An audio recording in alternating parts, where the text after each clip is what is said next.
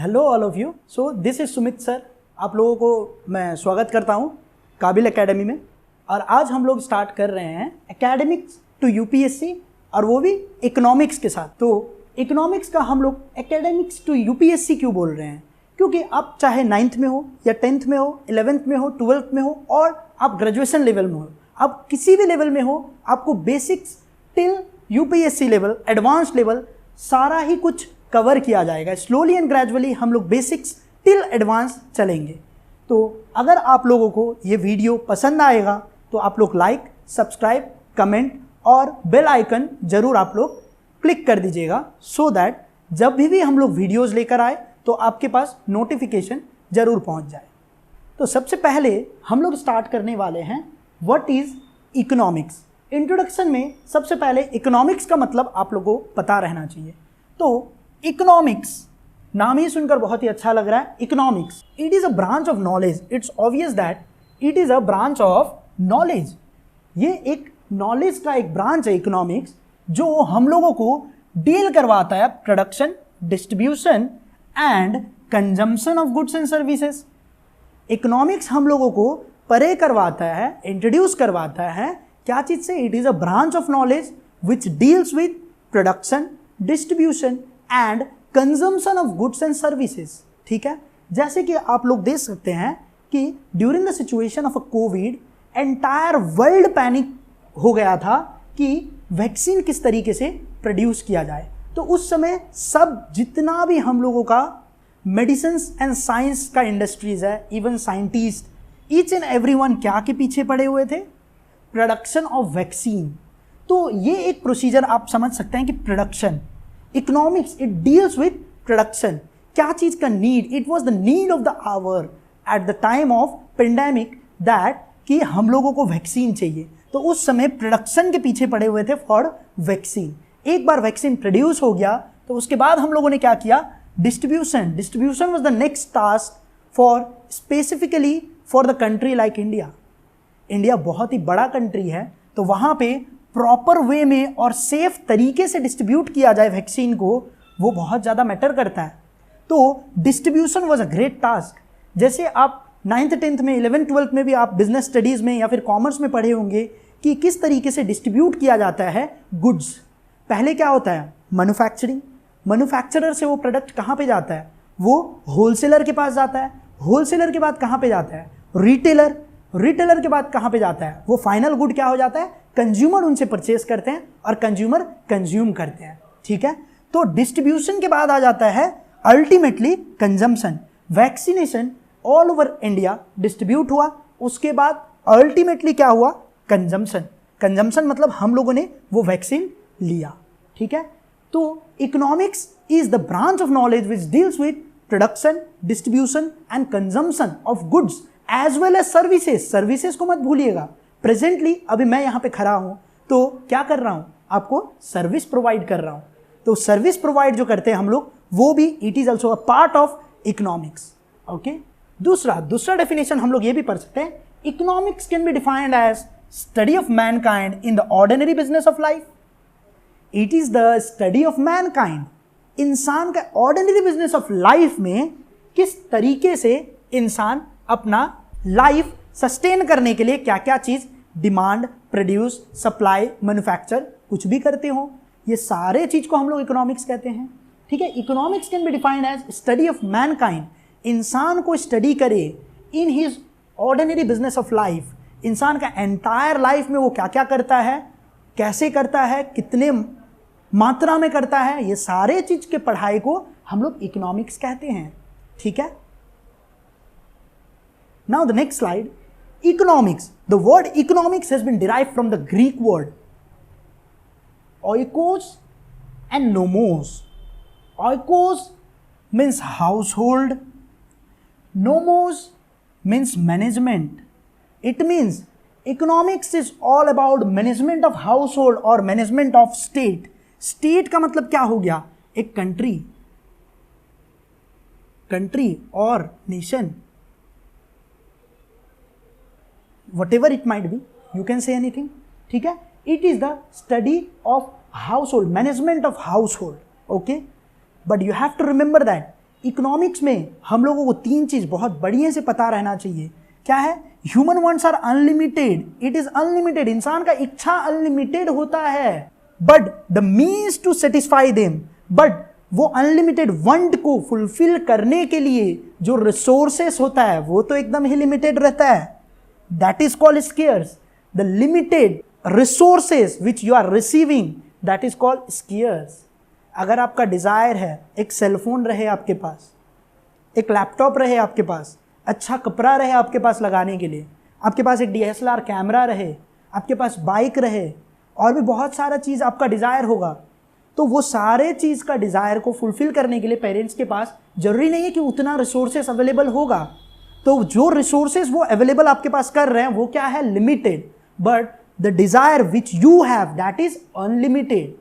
तो उस limited resource के साथ तीसरा काम आपको करना क्या है?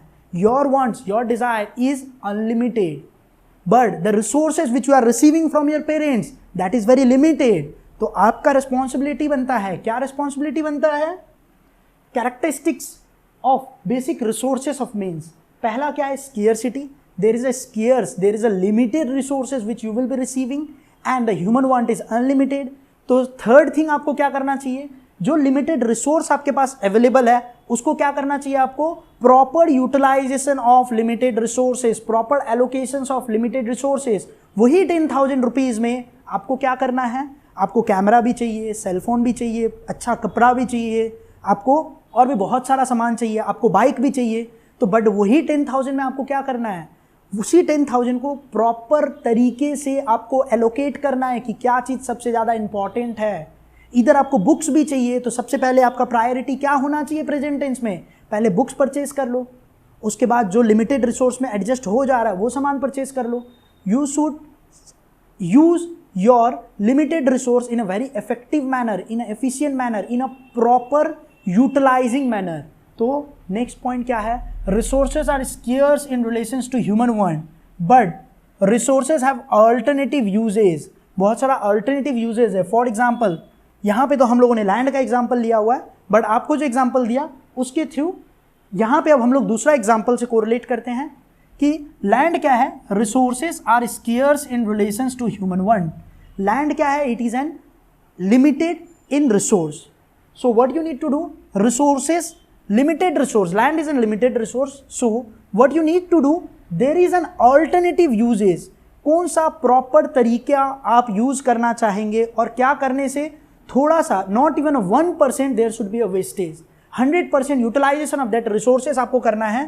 तो लैंड को आप क्या करना चाहेंगे? आप इंडस्ट्रियल बेस्ड पे यूज करना चाहते हैं, हाउसिंग बेस्ड के लिए यूज करना चाहते हैं, forest, farming, mining, roadways, whatever it might be, आप जो भी सेलेक्ट कर रहे हैं, इधर कंस्ट्रक्शन ऑफ बिल्डिंग्स और many thing, whatever it might be, आप जो कुछ के लिए भी यूज कर रहे हैं, ऑल्टरनेटिव यूजेस है, प्रॉपर यूटिलाइजेशन ऑफ रिसोर्स करना है आपको। ठीक है।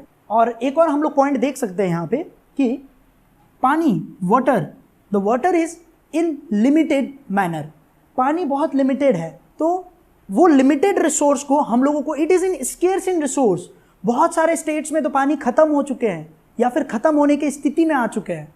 तो हम लोगों को क्या करना चाहिए? जो कुछ भी स्केयरसिटी है उसे हम लोग प्रॉपर तरीके से यूटिलाइज करें। It should be used in a efficient manner and it should be used in a proper manner so that there should be no wastage at all. ठीक है। तो this is the two characteristics of resource of means scarcity and alternative uses. And the third thing which you should do that should be used in a very efficient and effective manner. ठीक है। Human wants are unlimited. To satisfy the unlimited want, there is very limited resources. So what you need to do? With the help of that limited resources, you have to manage it in a efficient and in a productive manner so that it should not be wastage. And you have the available thing to do in an alternative manner as well. इतना अगर आप याद रखते हैं तो आपको ये चीज़ तो प्रॉपर तरीके से याद हो जाएगा कि इकोनॉमिक्स, हाउस होल्ड मैनेजमेंट और उसके अंदर कौन कौन सा पॉइंट है। ठीक है। चलिए अब हम लोग जानते हैं ब्रांच ऑफ इकोनॉमिक्स। इकोनॉमिक्स में कितना ब्रांच है? ठीक है। तो सबसे पहले हम लोग देखेंगे micro economics and the next one macro economics. Now what does micro economics mean? आपको नाम देख के समझ में आ रहा होगा, micro, micro economics. Micro means क्या होता है? Small, small, micro means small. अब माइक्रो में हम लोग पढ़ेंगे क्या? माइक्रो में हम लोग ये देखते हैं कि एक इंडिविजुअल इंसान का इच्छा क्या है, व्हाट इज इट्स डिजायर, एक इंडिविजुअल इंसान का इनकम क्या है, एक इंडिविजुअल इंसान का एक्सपेंडिचर क्या है, what does his savings. For example आप माइक्रो इकोनॉमिक्स में अपना घर का ही एग्जांपल ले सकते हैं। आपके घर में टोटल अर्निंग मेंबर्स कितना पैसा कंट्रीब्यूट कर रहे हैं अपने घर में, total inflow of the money in your home, that is income, उसे हम लोग माइक्रो में कंसीडर करेंगे। और हम लोग बोलेंगे कितना वो फैमिली एंटायरली कितना खर्च कर रहा है, एक्सपेंडिचर कितना कर रहा है बाहर, outflow of the money from the your individual home, तो वो भी आता है माइक्रो इकोनॉमिक्स के अंदर। अगर हम लोग देखें कि कितना वो परिवार सेविंग्स कर ले रहा है मंथली और yearly, what ever it might B, तो उसे हम लोग कहते हैं माइक्रो इकोनॉमी। एक इंडिविजुअल इंसान या एक इंडिविजुअल फैमिली का पढ़ाई के बारे में हम लोग बेसिकली बोलते हैं माइक्रो इकोनॉमिक्स। आप माइक्रो इकोनॉमिक्स के अंदर डाल सकते हैं। But whereas macro economics, macro, what does macro mean? Large, इधर यू कैन से लार्ज, और आप बोल सकते हैं एग्रीग्रिएट। एग्रीग्रिएट मतलब ओवरऑल अगर आप एनालाइज करेंगे कि सोसाइटी एक एवरेज में, एक आपका नियर बाय सोसाइटी कितना डिमांड कर रहा है प्रोडक्ट एक्स और product Y, whatever it might be. एक प्रोडक्ट का आप एग्जांपल ले लीजिए, वो प्रोडक्ट आपके सोसाइटी में, एंटायर सोसाइटी कितना डिमांड करता है, एक सोसाइटी में कितना वहां पे कंजम्पशन हो रहा है, या फिर एक फर्म, इंडिविजुअल फर्म अगर प्रोडक्शन आप सोचे तब तो वो आ जाता है माइक्रो इकोनॉमिक्स में। बट द सिमिलर फॉर्म, एक ही तरीके का, फॉर एग्जांपल टेक्सटाइल इंडस्ट्री मैंने लिया एग्जांपल। अब टेक्सटाइल इंडस्ट्री में तो ऑल ओवर इंडिया में तो बहुत सारा इंडस्ट्रीज होगा जो प्रोड्यूस करता है टेक्सटाइल के रिलेटेड वर्क जो करते हैं। तो एंटायर टेक्सटाइल इंडस्ट्री का कितना ग्रो हो रहा है या फिर कितना डाउनफॉल हो रहा है, कितना प्रोडक्शन कर रहा है, कितना वो लोग एक्सपेंडिचर कर रहे हैं, अगर ये सब का पढ़ाई हम लोग करते हैं तो वो आ जाता है मैक्रो के अंदर, मैक्रो इकोनॉमिक्स के अंदर। चलिए अब हम लोग देखते हैं माइक्रो और मैक्रो में दोनों में डिफरेंस कितने सारे हैं। बहुत सारा डिफरेंस हम लोग देखने वाले हैं। देखिए term micro, micro in English, English में हम लोग जिसे माइक्रो कहते हैं वो ग्रीक वर्ड से आया हुआ है, माइक्रोज, MIKROS, माइक्रोज, ये ग्रीक वर्ड है। इट मीन्स स्मॉल, माइक्रोज का मतलब ही स्मॉल होता है। Whereas macro economy, the term macro in English, macros, macros MAKROS जो ग्रीक वर्ड में है उसे हम लोग कहते हैं large.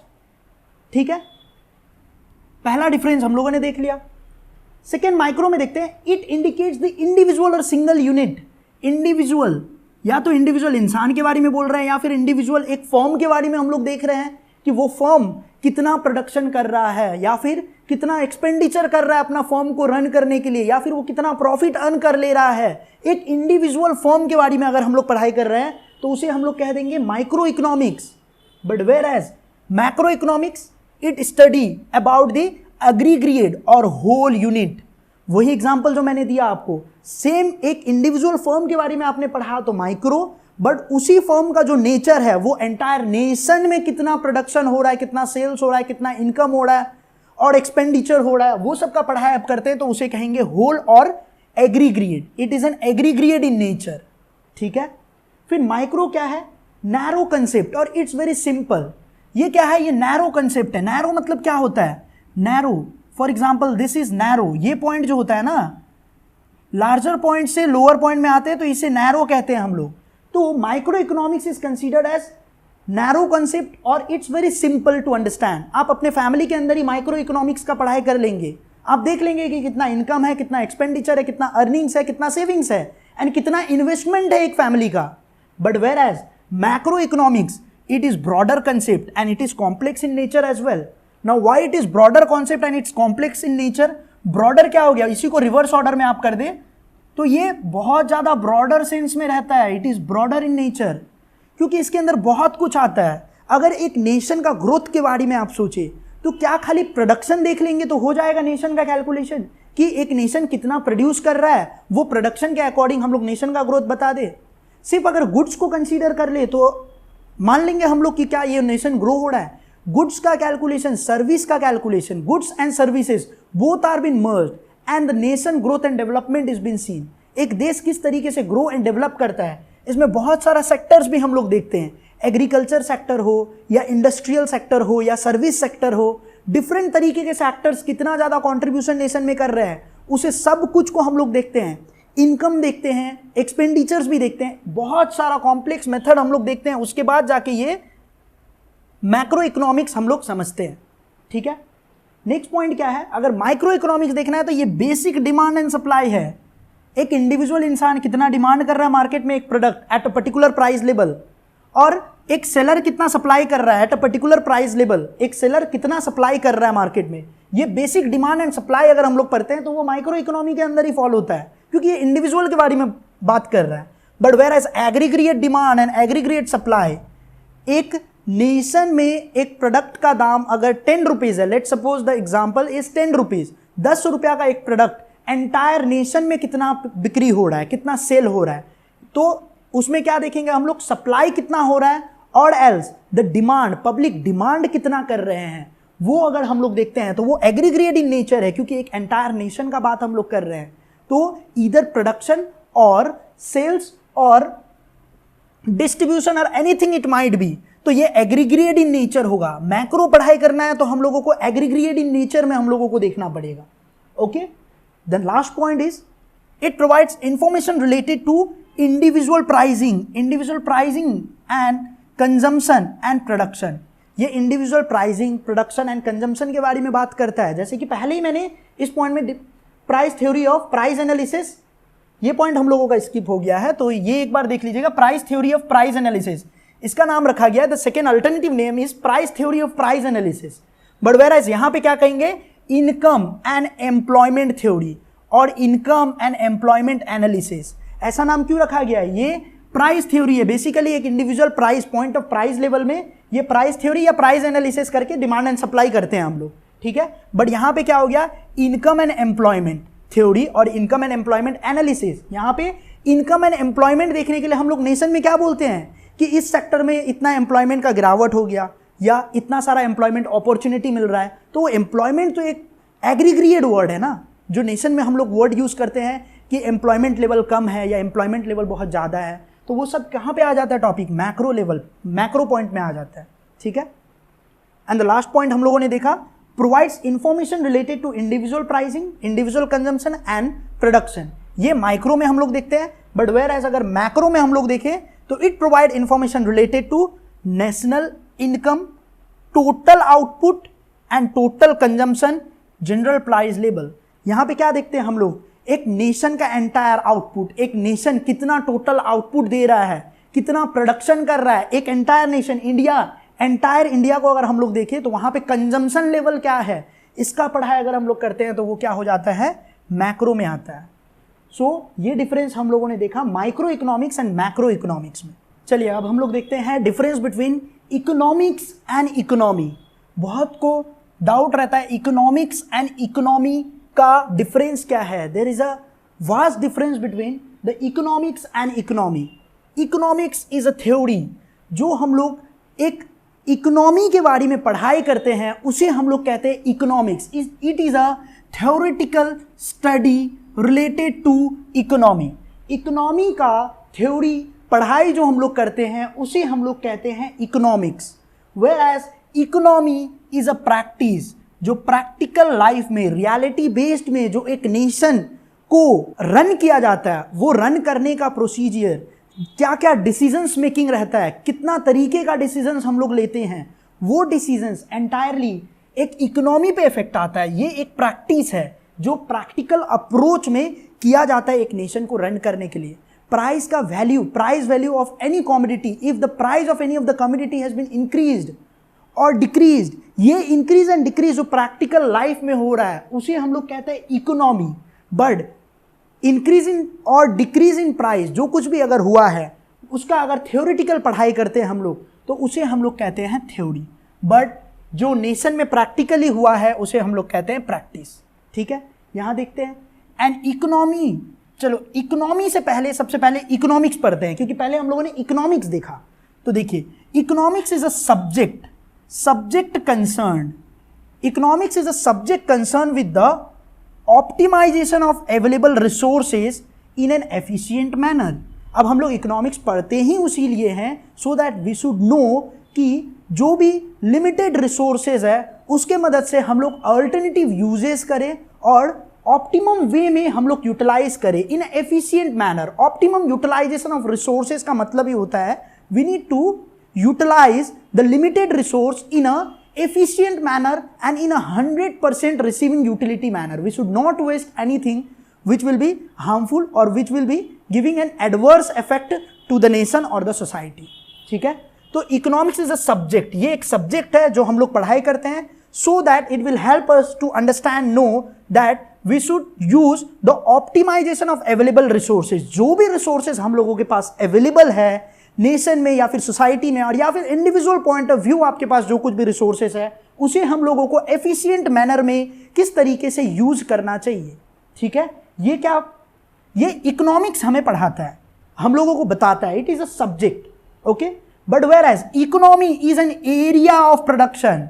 Economy, the word economy, ये क्या हो गया, ये तो पूरा नेशन को ही रिप्रेजेंट कर रहा है। अब इकोनॉमी जैसे हम लोग बोलते हैं Indian economy, USA economy, China economy, different nation अपना वर्ड, अपना नेशन को इकोनॉमी वर्ड से वो जोड़ता है, मतलब एक देश चलाने का जो कंप्लीट प्रोसीजर है। And economy is a area of production, consumption, distribution और trade of different goods and services by different agent. Production हो, डिस्ट्रीब्यूशन हो, कंजम्पशन हो, ईदर ऑफ गुड्स और ऑफ सर्विसेज, गुड्स और सर्विसेज कुछ भी हो, वो प्रोडक्शन, डिस्ट्रीब्यूशन एंड कंजम्पशन किया जाए विथ डिफरेंट एजेंट्स, एजेंट्स के थ्रू। अब विदाउट एजेंट्स जैसे इंडिविजुअली अभी हम प्रेजेंटली आपको पढ़ा रहे हैं, तो पढ़ाने के लिए भी तो एक एजेंट रिक्वायरमेंट है ना, तो वो एजेंट हम हैं। तो वो जो पढ़ाना है, वो जो सर्विस जो हम आपको प्रोवाइड कर रहे हैं, उसी को तो हम लोग बोल रहे हैं कि it is been provided by different agents, either it might be goods. अभी हम आपको गुड्स तो प्रोवाइड नहीं कर रहे हैं, बट प्रेजेंटली अभी आपको हम सर्विसेज प्रोवाइड कर रहे हैं। तो सर्विस प्रोवाइड करने के लिए जो एजेंट चाहिए, ये भी एक इकोनॉमी का ही प्रोसीजर है, तो उसे हम लोग कहते हैं इकोनॉमी। ठीक है, लेकिन इकोनॉमिक्स क्या है, जो सब्जेक्ट अभी आप पढ़ाई कर रहे हैं, तो उसे हम लोग कहेंगे इकोनॉमिक्स। ठीक है, चलिए नेक्स्ट पॉइंट देखते हैं। तो हम लोग देखते हैं जीवीए का मतलब क्या है। GVA means gross value added. अब ग्रॉस वैल्यू एडेड ये इंपॉर्टेंट क्यों हो जा रहा है, basically primary sector, secondary sector and tertiary sector में सेक्टर्स ऑफ इंडियन इकोनॉमी हम लोगों ने बोला है। ऑल्दो ये तीनों सेक्टर वर्ल्ड के सारे कंट्री में थोड़ा ना थोड़ा कंट्रीब्यूशन सब कंट्री में ये तीनों सेक्टर कंट्रीब्यूट करता ही होगा, but GVA gross value added हम लोगों को बताता है कि बेसिकली वो नेशन, कोई भी कंट्री हो, वो कंट्री कौन से सेक्टर पे ज़्यादा निर्भर है, किस सेक्टर पे ज़्यादा निर्भर है। फॉर एग्जाम्पल अगर प्राइमरी सेक्टर से अर्निंग जो होता है वो 50% से ज़्यादा ग्रॉस वैल्यू एडेड, एक नेशन में वैल्यू जो ऐड करता है, सालाना वैल्यू ऐड जो होता है वो 50% से ज़्यादा अगर तीनों में से किसी भी सेक्टर से मिल रहा है, तो उस नेशन को उस सेक्टर से ज़्यादा मुनाफा हो रहा है या फिर ज़्यादा कॉन्ट्रीब्यूशन मिल रहा है। तो उसीलिए हम लोगों को जीवीए जानना जरूरी है। तो बेसिकली लास्ट में हम लोग डिस्कस करेंगे कि प्राइमरी, सेकेंडरी एंड टर्शरी में इंडिया में किस तरीके से रियल फैक्चुअल डेटा के बदौलत हम लोगों को कितना परसेंटेज ऑफ रेशियो कहाँ से अर्निंग होता है और कहाँ से कॉन्ट्रीब्यूशन आता है। ठीक है, तो सबसे पहले आप देख लेते हैं फिर से primary sector. Primary sectors are दो सेक्टर विच आर इंगेज्ड और involve in agriculture sector, dairy, farming, forestry, जो हम लोग बेसिकली रॉ मटेरियल्स, स्पेसिफिकली हम लोग रॉ मटेरियल्स को नेचुरल रिसोर्सेज से उत्पादन करने की कोशिश करते हैं या फिर रिसीव करने का कोशिश करते हैं। फॉर एग्जांपल एग्रीकल्चर, ये नेचुरल रिसोर्सेज के थ्रू हार्ड वर्क है, बट ये नेचुरल रिसोर्सेज हम लोग लैंड यूज करते हैं, सीड्स यूज करते हैं और एग्रीकल्चर करते हैं। तो ये क्या हो गया, प्राइमरी सेक्टर है। डेयरी, पशुपालन करते हैं हम लोग, और वहाँ से अगर हम लोग कुछ रिसोर्सेज हम लोग यूटिलाइज करते हैं तो वो डेयरी हो गया। फिशिंग, फिशिंग भी क्या है, ये भी हम लोग नेचुरल रिसोर्स को ही यूज कर रहे हैं। माइनिंग, यहां पे हम लोग लिख सकते हैं माइनिंग,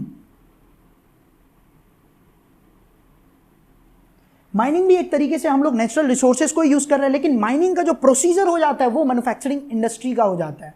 ऑल्दो माइनिंग जो हम लोग कर रहे हैं वो लैंड को यूज करते हैं, नेचुरल रिसोर्सेज है, फ्री गिफ्ट ऑफ रिसोर्सेज है, बट वहां से जो अर्निंग हम लोग निकालने का कोशिश करते हैं तो वो इंडस्ट्रियल सेक्टर हो जाता है। तो ये पार्टली सेकेंडरी सेक्टर भी है और पार्टली प्राइमरी सेक्टर भी है। तो इसे आप दोनों ही जगह एग्जाम्पल के तौर पर ले सकते हैं। सबसे पहले यहाँ देख लीजिए क्या क्या बोला मैंने। प्राइमरी सेक्टर में क्या है, एग्रीकल्चर, डेयरी, फिशिंग, फॉरेस्ट्री। ये क्या है, बेसिकली हम लोग क्या चीज़ पे निर्भर है, हम लोग नेचुरल रिसोर्स पे ज़्यादा निर्भर है, और ये रिसोर्स पे निर्भर होने के कारण इसे क्या कहा जाता है, प्राइमरी सेक्टर।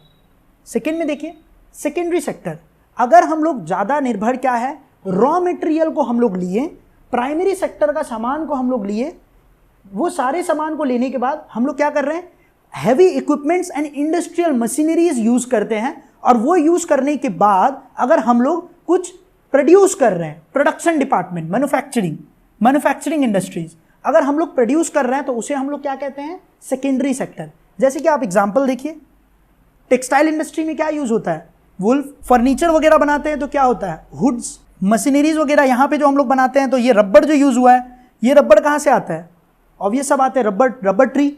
ईटेबल आइटम्स कहाँ से आते हैं, एग्रीकल्चर सेक्टर से या फिर डेयरी सेक्टर से जो लाते हैं हम लोग raw materials.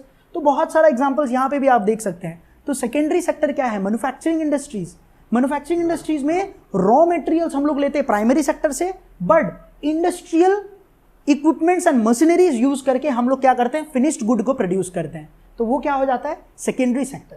Now let's come to tertiary sector. Tertiary sectors में ये सेकेंड नेम हम लोग क्या बोल सकते हैं, सर्विस सेक्टर। यहाँ पे स्पेसिफिकली क्या होता है, हम लोग सर्विस रेंडर करते हैं, सर्विस रेंडर करके जो अर्निंग्स होता है तो उसे हम लोग टर्शियरी सेक्टर्स में बोलते हैं। जैसे कि डॉक्टर आप देख सकते हैं, टीचर, हम लोग अगर सर्विस, ट्रेन का सर्विस अगर ले रहे हैं तो वो भी सर्विस सेक्टर में ही आ गया। जो यहाँ पे जो पायलट है, लोको पायलट जो है, वो भी एक सर्विस ही रेंडर कर रहा है। तो ये सारा जितना भी सर्विस रेंडर करते हैं वो सारा क्या हो गया, सर्विस सेक्टर और टर्शियरी सेक्टर्स के अंदर आता है। तो primary, secondary and tertiary sectors का डिफरेंस बहुत बढ़िया तरीके से आपको समझ में आ गया होगा।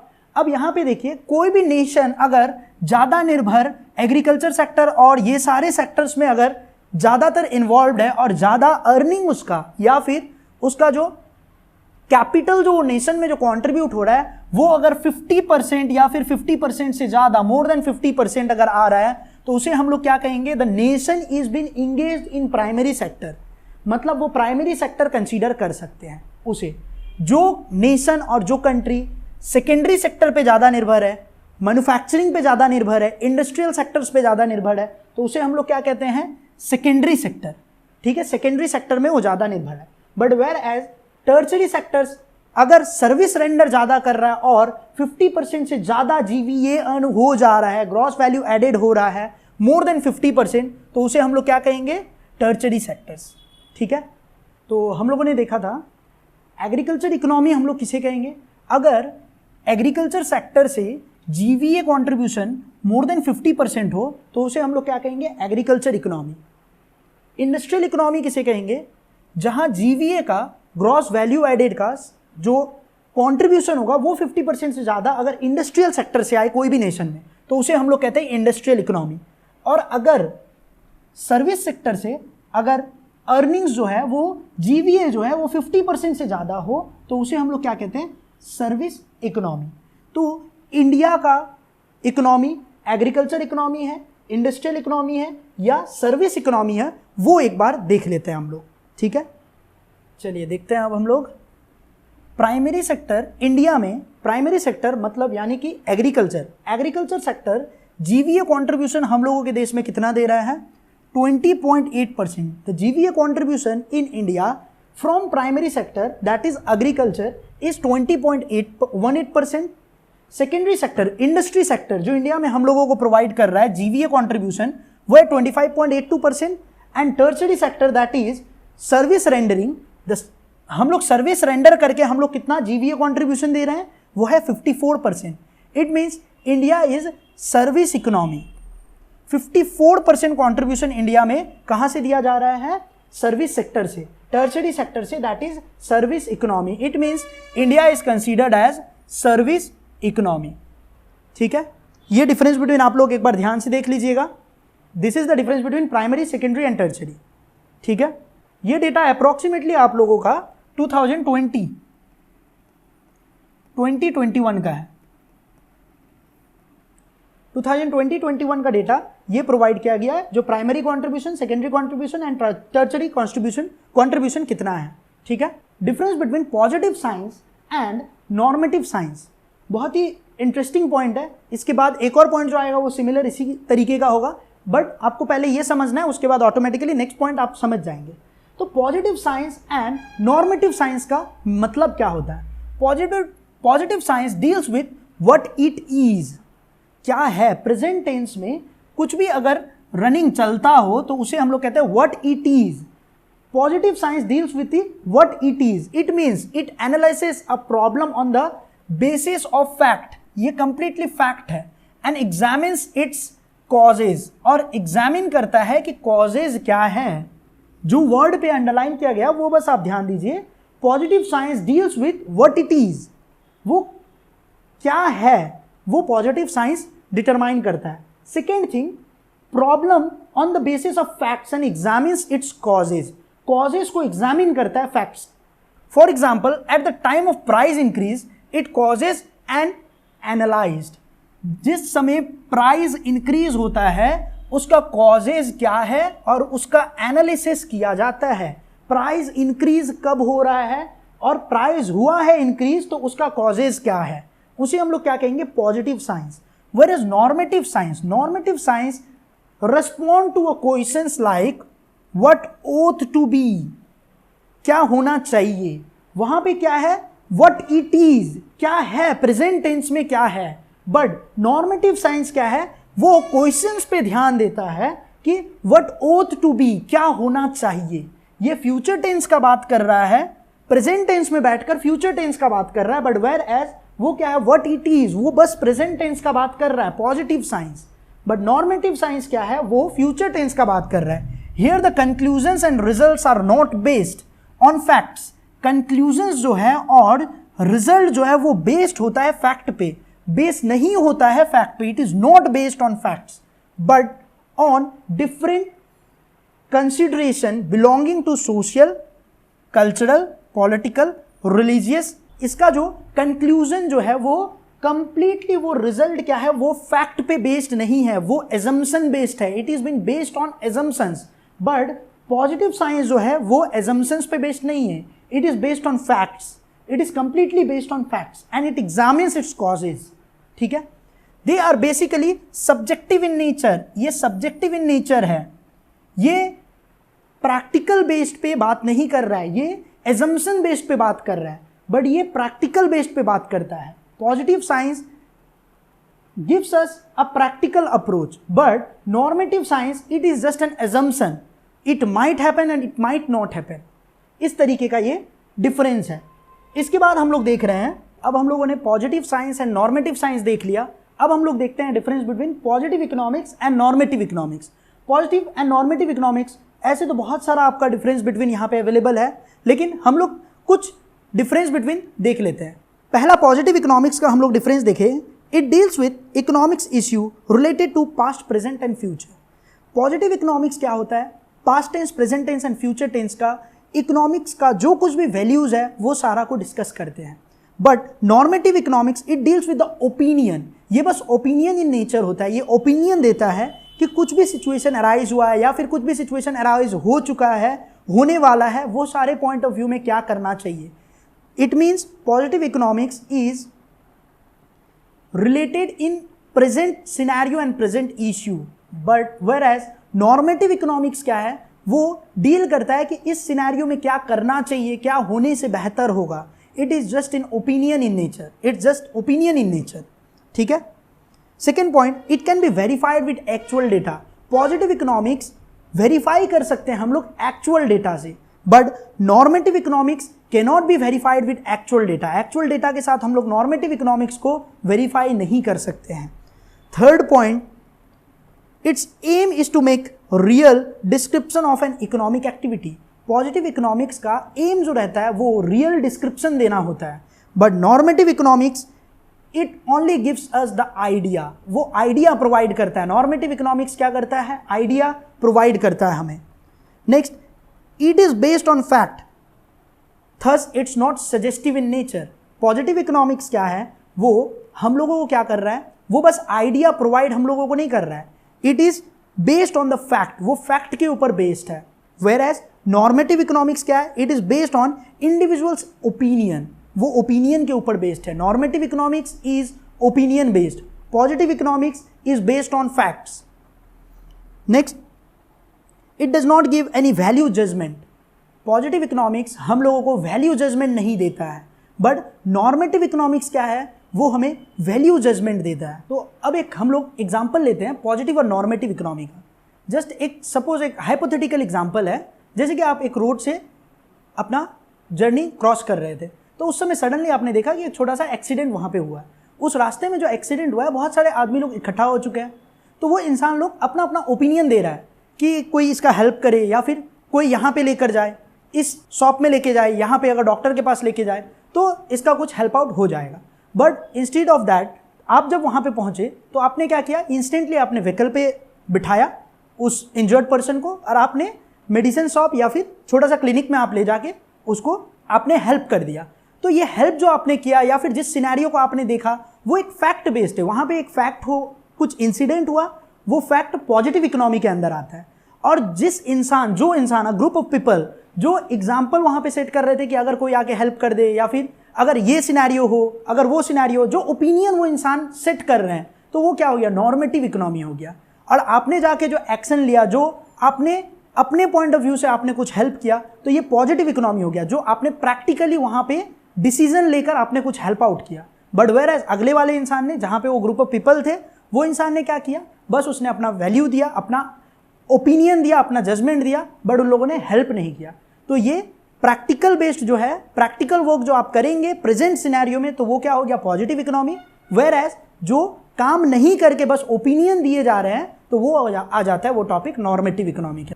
और एक एग्जांपल हम लोग ले सकते हैं, जैसे कि आपके जेब में अगर 10,000 रुपया है प्रेजेंट टेंस में, तो वो क्या हो गया? Positive economic. जो है वो है, वही आपके जेब में है प्रेजेंट टेंस में। बट आपको 1 लाख रुपीज़ चाहिए, वो 1 लाख रुपीज़ जो अगर आपको चाहिए, तो 10,000 से 1 लाख अगर जर्नी आप जा रहे हैं, तो वो तो आप तो ओपिनियन दे रहे हैं ना कि अगर 1 लाख रुपये आपके जेब में रहता तो बढ़िया होता। बट एक्चुअल में तो अभी नहीं है प्रेजेंट टेंस में। अब वो 1 लाख तक पहुंचने के लिए आप बहुत सारा ओपिनियन अपने दिमाग में बनाएंगे, बहुत सारा डिसीजंस आप बनाएंगे कि किस तरीके से 1 लाख रुपीज़ मेरे पास आ जाए।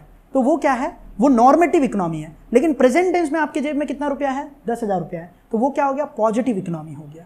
ठीक है, तो आज का ये बस इंट्रोडक्शन क्लास था हम लोगों का। कंटिन्यूसली हम लोग इसी तरीके से वीडियोस लाते रहेंगे। अगर आपको पसंद आया हो तो लाइक और सब्सक्राइब कर दीजिएगा, और कुछ भी अगर चेंजेस चाहिए होगा और या फिर और भी कोई स्पेसिफिक टॉपिक्स में आपको वीडियो चाहिए होगा, तो वो प्लीज़ आप लोग हम लोगों को कमेंट करके ओपिनियन अपना दे सकते हैं। Thank you.